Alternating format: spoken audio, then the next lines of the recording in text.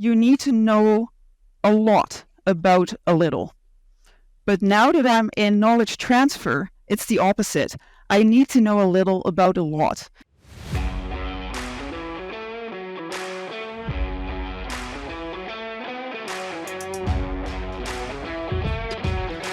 Welcome, everybody, to today's episode of the Swine Canada podcast. I am Dan Columbus, and I will be your host for today's episode. And with me today, I have Dr. Miranda Smit, who is currently the Assistant Manager of Knowledge Transfer at the Prairie Swine Centre. So welcome, Miranda. Yeah, thank you for having me. Yeah. Before we get into today's a topic, and I think it'll become clear why we're talking about it once you've introduced yourself, I will ask you to kind of let everybody know, for those who might not be familiar with you, what your experience is, where you've come from, what's your journey been so far? Okay.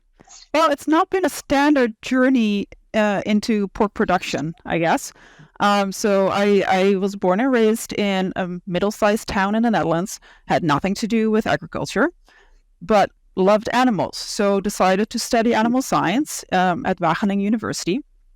And, I was mostly interested in cattle and did a research with dogs and rabbits. And so, again, nothing to do with pigs. But then I really was interested in going to Canada. That had been a dream of mine for a long time. And so I asked my supervisor at the time if he could find a research project for me in Canada. And so he was in contact with George Foxcroft at the University of Alberta. And of course, he did research in pig reproduction. So it was in Canada. So I'm like, okay, sure, I'll do it. I know nothing about pigs, but, this is my way of going to Canada. So I did a 4-month research exchange during my master's degree with George Foxcroft, and basically that's where I fell in love with both Canada and pigs. And so I came back to start my my PhD again with George Foxcroft in pig reproduction. And then after that, I stuck around and got a job for the government of Alberta. So I switched from pig reproduction to feeds, like feeding alternative ingredients to pigs. And then more recently, I joined the Prairie Swine Centre as a knowledge transfer coordinator or assistant manager. So it's been an interesting journey from having nothing to do with pigs to now having been working with them for the past 15 years and still loving it. It's interesting after interviewing so many people on this so far, how many of us kind of almost get into pigs by accident. Yeah, that was certainly the case for me. Yeah, for a lot of us, it's like we have a different route or we have a different background, and somehow we get brought into pigs. And the one thing I find though is good is that everybody that's done pigs loves it. Yes. So it seems a matter of you just need to be willing to get that experience, and then it'll be good. It's true. So, yeah. I mean, I have done 2 years of chicken research as well, like when I was with the government of Alberta, and that was good too. But in the end, I just came back to pigs because that's what I love. So yeah. So I kind of alliterated to it, at the beginning that today's topic is going to be transition, and I think you're a good one to talk about this because you have taken on different species and different roles and different organizations. So I guess we'll just get right into it and maybe some of, your experiences with that. And then we'll get into maybe some advice for people that are kind of doing the same type of thing. Mm-hmm, for sure. Yeah. So I think it's really interesting to me, the different roles that we all play, in the pork industry. So of course, I started out as a researcher. So a researcher with the university. So in the university, generally we're doing more basic research. And with that, I mean more fundamental. So generally it's a little further removed from the day-to-day things happening on the farm. And I've been thinking about this actually. I was lucky that my supervisor had both, he was a very good researcher, but he also had both feet firmly planted in the pork industry. So he always kept that connection with what is this going to do for producers in the end, and that is important to keep in mind. But I was doing research at like a commercial farm in the US, and I was also able to do a little bit of like visiting of other barns in Canada. But I've been thinking there's probably quite a few grad students out there who never got a chance to go to a commercial barn during their research projects, and then it becomes hard for them to be able to connect to the end user. So as I've been transitioning away from that more fundamental research and getting closer and closer to what is actually happening on the barn, like that's what I've realized, that I think it would be great if we can give grad students more of an opportunity to actually visit commercial barns. And I know it's hard, because of biosecurity and things like that, but I do think it's a crucial piece that might be missing a little bit. Because when I've transitioned, of course, like in the university, the main goal is to publish like refereed journal articles, right? And we go to conferences, and like there might be some interaction with producers, but it's kind of minimal. It's not the goal of most researchers in the university. So then, of course, when I switched to working for the government of Alberta, that kind of changed dramatically the thinking. So I was still doing research in a specific area, but of course now I'm being paid by tax dollars. So it means that like the research I do needs to have an impact on the end user, the people who actually pay me to do my job. So it switched. Like I was still also, like doing the articles in the journal papers, and you kind of need that to keep your to be reliable, to be seen as reliable as researchers. But in the end, that was not the main goal for us. The main goal was to make sure that producers would actually be able to use the research results. So in that role, I kind of started to switch from being a researcher to being more of doing like knowledge transfer. So in that role, I was doing both, right? And then when I moved over to the Prairie Swine Centre, so nowadays, I actually don't do research anymore. And I've learned that like as a researcher, you need to know a lot about a little. But now that I'm in knowledge transfer, it's the opposite. I need to know a little about a lot, right? So like that's, I think, the biggest switch, if you will, in the mindset. So of course, with my background, I will always know more about pig reproduction and nutrition than some of the other factors. But now I need to know a little bit about barn maintenance and like the height of waterers and just like things that I never really needed to think about before. But now, as a knowledge transfer, to be able to be useful to producers, I need to know a little bit about everything, right? Because that's what producers know. They need to know quite a bit about all the different aspects in the barn. And so that's where I now need to be. I need to be at that level. So it's been a very interesting switch of thinking and a switch of knowledge, or like skill set, I would say. Yeah, it's interesting that, now, because we get very stuck in our silos as researchers and stuff like that a lot of the times, right? And we try to make the argument, because obviously we wouldn't get grant dollars if we can't make some kind of generally an economic argument or some kind of sustainability argument for that. But it occurs to me that, and you having been on both sides of this, right, that even how we approach trying to sell the work that we're doing might be different. And I'm just wondering, like, how would that differ between, selling your idea for a research grant versus selling the idea to actual producers or the end users of that knowledge? Yeah, that's a good question. Because like what I've been realizing, like when I go and visit barns, and we've done like some like surveys as well, where it's shown that not all of the research results that even show that it can have like a good economic impact is actually being used in the barns. And I think so then you can question like, oh, did we not do a good job, like transferring that information to the producers, or were the producers just not listening to us? But I think it's neither of those two. I think the problem is with producers have only so much time, right? Like we have a shortage of staff in general on barns. And so whether something gets adopted depends on how easily it can fit into the schedule of the workers. So the priorities become different, right? And for example, we know that it's better to change the height of the waterers on to the shoulder height of the smallest pig in the pen. Now, of course, pigs grow, so that means that the water should be, changed every now and again. But we also know that it often doesn't happen. And why doesn't it?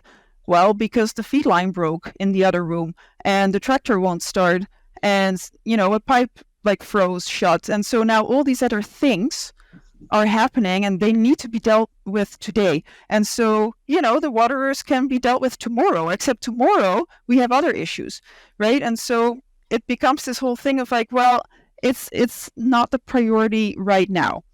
And so that's I think that's the biggest difference. As researchers, we think of, well, but there is an economic improvement if you feed this ingredient, or if you change from mash to pellets, or whatever it may be.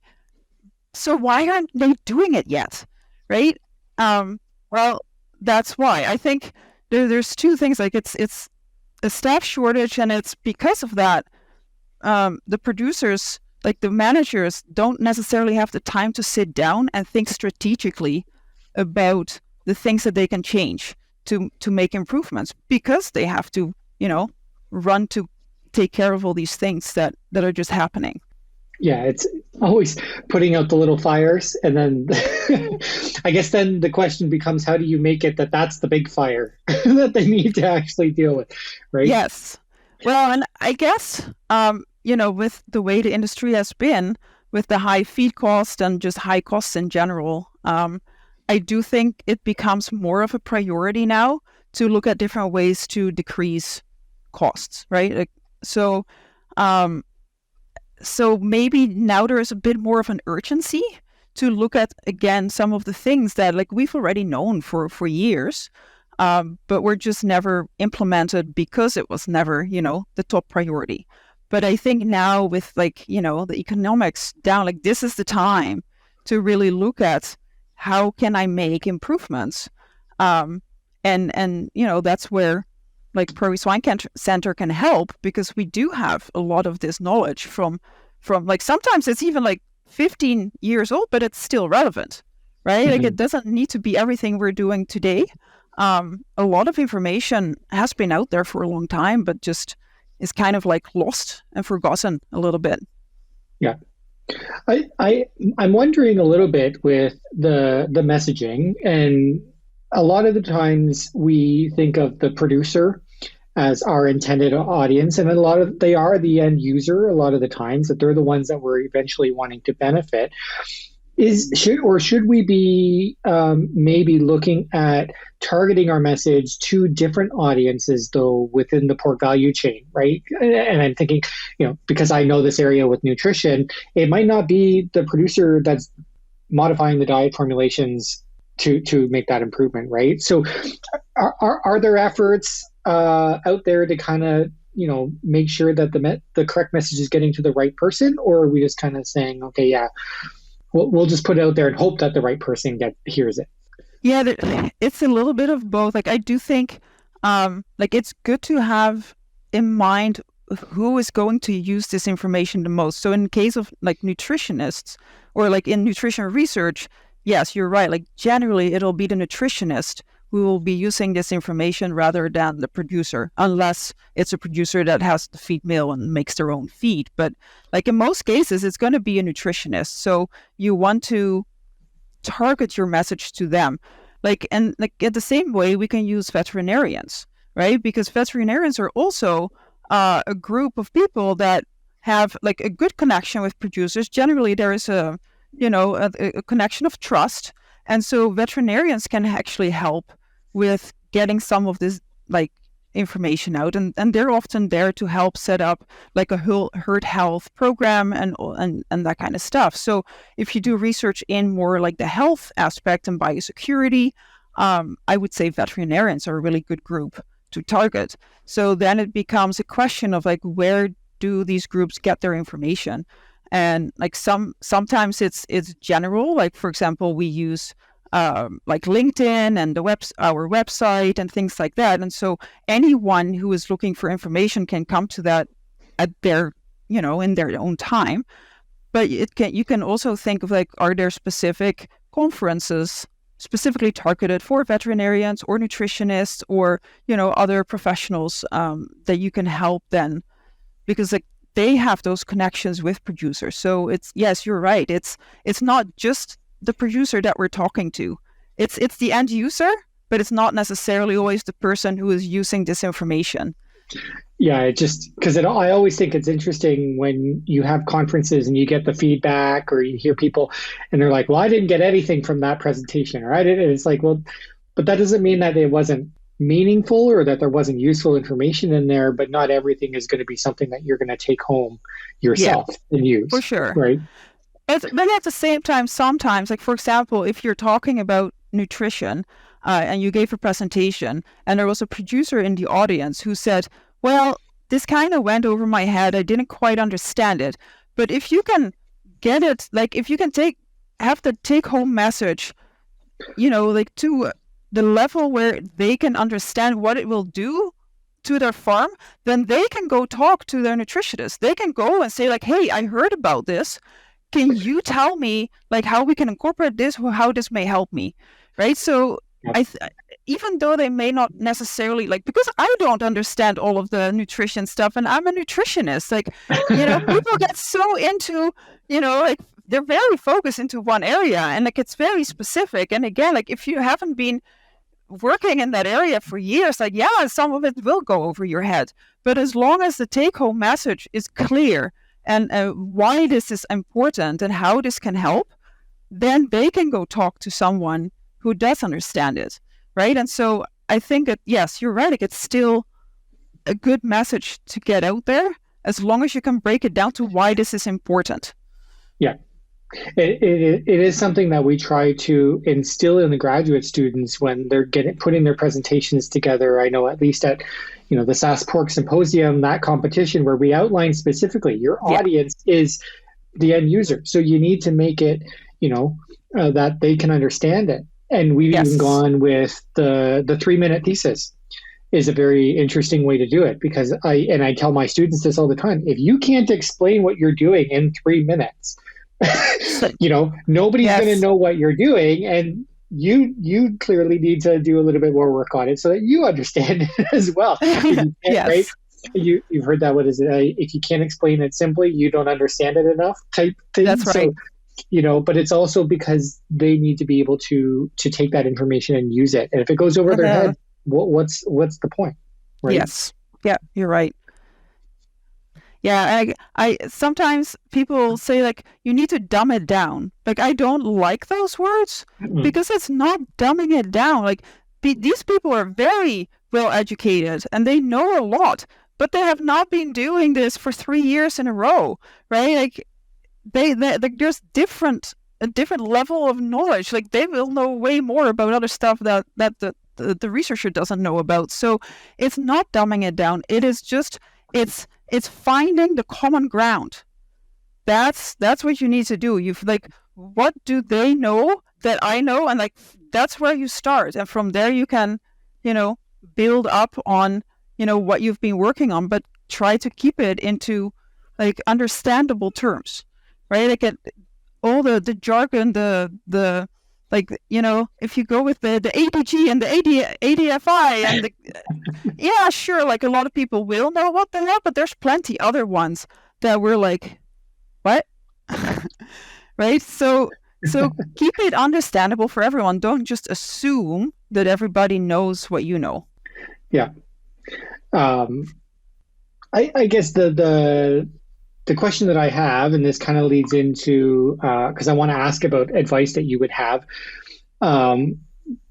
but it does, looking back at your experiences and moving obviously to different roles and that, like, what are some of the main challenges other than, what we've kind of already discussed that have come up, and how have you dealt with those? Ooh, that's a tough one. Well, like I think one of the things that I'm still learning is like the difference. Like I still have a bit of a research mindset, right? So as a researcher, you always have a control group versus a treatment group, and you always look at like very specific measurements. And that's like now that I'm more into knowledge transfer and like doing like on-farm demonstration projects, that's quite different because you don't necessarily always need a control group because it's more about the experience than about, did we gain this like much or did we, right? Like, is it easy to incorporate into the routine of people? Is it like, do they like it? Do they feel there was a benefit? And, like, is it destructible or whatever, for example, with like enrichments, like, does it not go into the pit? So suddenly there's like different like things that become a priority over, is it set up properly with, like this many, like pens on this treatment and this many on that one. And like, it's a very different kind of thinking. And I'm still kind of sometimes gets a little stuck in like, oh, but it needs to be, because I still have that analytical mind. Yeah. So there's a difference in how you set that up, and like I'm still kind of learning through that, I would say. Needing Yeah. to accept that not every confound is going to be taken care of and addressed, and, Yeah, exactly. things are going to move around. Yes. I would say too that that's even an issue with trying to do type of like commercial level studies and then getting them published. And that a lot of times the Yes. reviewers are looking at these things and being like, but this changed and this changed, right? And so you didn't control everything, but the results Yeah. are still valid, and we get dinged all the time as researchers that it's like, well, it's highly healthy pigs in controlled environments and everything. So how applicable is it? And then when we try Yeah. to do that work, it's like, well, now we can't get it published.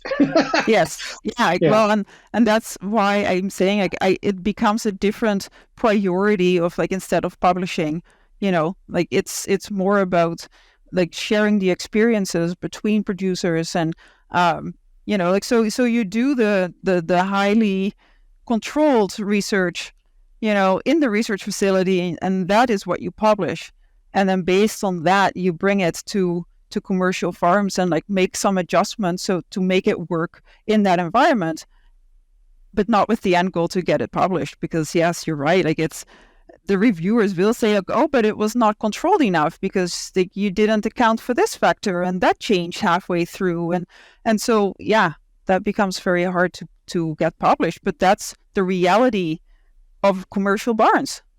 Yeah. But it doesn't make the message any less valid or or No. valuable No. to anything. Um, I'm wanting to ask because I think you're in a good position to kind of maybe provide this information, but thinking about students, and you mentioned them at the beginning, and that a Uh-huh. lot of them don't even get the chance to go to a commercial facility during their time, right? Which is true for most of them. They do their Yeah. research, they don't get out there. Um, so I guess I like, what advice would you have for the students beyond just going out and getting into a barn, and maybe their supervisors as well, in like what they should be looking at? Because these are the ones that are going to be, they're still trying to figure out their career, where they're going to end up, Uh-huh. and so like what types of advice would you have? Well, so I would advise students to actually just sit down and chat with producers. Um, Even if you cannot get access to their barns, it still helps to understand like what are the challenges that they face, like, or how are things set up. Um, like if you can get some like footage from inside a barn, that would be helpful. Like for example, like, I just went to a barn in Manitoba and I was amazed at how many sows they had there, and they had like different systems because it was built in different time periods. So just like, get an understanding of like the different systems out there, even if it's not part of your research or in your area, just having a better understanding of the things that producers are facing. So going to conferences like the Bathburg seminar, like the South Pork Symposium, like those are more producer oriented or like industry oriented, I would say. Like that is very useful because then you get to at least talk with the people that you in the end want to do this for. So even if you cannot always get access to the barn, because of course it's hard with biosecurity, at least get, talk to the people that are in those barns day to day. Yeah, and well, make sure that you do go out and talk to them. Yeah, we have this all the time, right? That they go and then they don't talk. They sit at tables with each other and they don't talk to the other people. So it's like, put scary. Yourself out there. Yes, right. Like it, and especially, like for example, like I did not come from an agricultural background, so I know that I'm not that I don't know all the stuff that they know. So it's a little intimidating to go out and talk to someone who, like they may see you as an expert in certain ways, but you may not feel that yourself, especially as a grad student. I didn't exactly feel like I was an expert. It wasn't until later I realized that, actually I know a lot after all these years. But, so I think, yes, it can be intimidating, but in the end, we're all just human beings and we can learn from each other. So just go sit down with and chat and, be humble and understand that they know things that you don't know and you know things that they don't know. So you can learn from each other. Yeah. Yeah, that's a great way to look at it, I think. So hopefully we start to see the students out there networking more and getting the message out there. Yes, for sure. So we're getting close to the end of the time that we generally do these. So I guess before I get to the final three questions, I just ask, if there a take-home message or something that you want the listeners of this episode to kind of get out of the discussion. Well, I'd say just be open to try new things. Like me, like if I had not gone to Canada on a to work with pigs, I would not be working in the pork industry today. But like be open to learn new things and to like grab it with both hands and use all the opportunities you get. Yeah, great message. It's time for our famous three. So before I let you go, we'll ask you the same three questions. I warned you a little bit before. So hopefully our first question is, what is your go-to or favorite swine or agricultural related resource? Yeah, so I kind of have three. I hope that's okay. Sure. So first of all, I would like to make a plug for the Prairie Swine Centre website. So of course... I have to, right? So prairieswine.com, we have a lot of like our publications on there. So the Centered on Swine newsletter, the annual reports, like other things. But the nice thing is we also have a database called Pork Insight. And so if you go to that and you can just search on anything and any of the articles that we have written in the past, fact sheets about that will come up. So it's a great resource for anyone to use. And then like outside of that, there's two other ones. As a nutritionist, I'd say NRC, like 2012, like that's the go-to, right? Yep. And then for producers, like actually, like I've been, I produced a lot of training videos for technicians in the past 2 years with the Canadian Pork Council. And like one of the things that I was using a lot for that was the CPC Safe Pig Care Producer Manual. So like it is chock full of very good hands-on information. So I'd say that's a great resource for producers to have. Yeah, lots of well-rounded resources, and I know the videos are coming up. I don't know when they'll be released. And for those who are listening, we are going to have Mark Finn, who's kind of been leading that program as well. Yes. So they can look forward to him in a future episode. Perfect. So, okay. This one might be a little bit easier. I don't know. Maybe harder. A favorite book or something, outside of agriculture, something that you've liked to read. It could be fiction, self-help, like whatever you want to. Wide open. Yeah, I love reading novels, like fiction. So like there's one that I really enjoyed recently. It's called A Gentleman in Moscow from Amor Towles. It's one of those books where very little happens and yet you cannot put it down. So that was a really cool one for me. And then another one that actually I would recommend, it's Temple Grandin. So her book, Animals Make Us Human. So it's like there's actually a chapter about pigs, but she talks about all different kinds of animals, like horses, dogs, cats, what have you. And it's just like it's full of like interesting like little stories, but she also like she approaches it from like an animal welfare standpoint. So it's entertaining, but it's also educational. So I really like that one as well. Yeah, I wasn't aware of that one. I've read Animals in Translation, as I'm sure a lot of people yeah, in the this is industry the have. follow-up. Yeah. So I'll have to look into that. Yes. Okay. And then, so our final question is, when you look back at like particularly effective leaders, or if you're looking, because you're dealing with producers a lot now too, and so you might see some that are maybe a little bit more successful than others. Like, what is a characteristic either for the leadership or, producers that sets them apart to be like a little bit more successful? Yeah, well, I think it's a multitude of things, but first of all, is like you need to be tenacious. This is not an easy industry to be in, so like the ability to not give up easily is very important. And then, like I already mentioned earlier, like be open to learn new things and like be curious, and being able to listen to other people and find common ground. I think that's a really big one for just leaders in general, no matter where we are, to be able to understand what motivates the people that work for us and what motivates yourself. And if you have a good understanding of that, I think that will really help to keep people happy, and with that, keep your farm or your business going. Yeah, that's one that kind of comes up quite often, is just communication, being able to listen and yeah, not just be the one talking. and it sounds easier than it is. Oh, it's very a lot more difficult than it sounds. I know. Yes.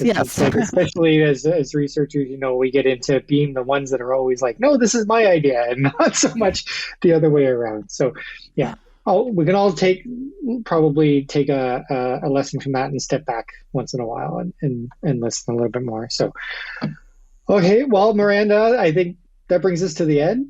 I would like to thank you again for coming on. And I hope that you had a good experience and good discussion, and hopefully the listeners get some good information out of today's episode. I hope so too. Yeah. Thank you. And we'll see everybody on the next episode.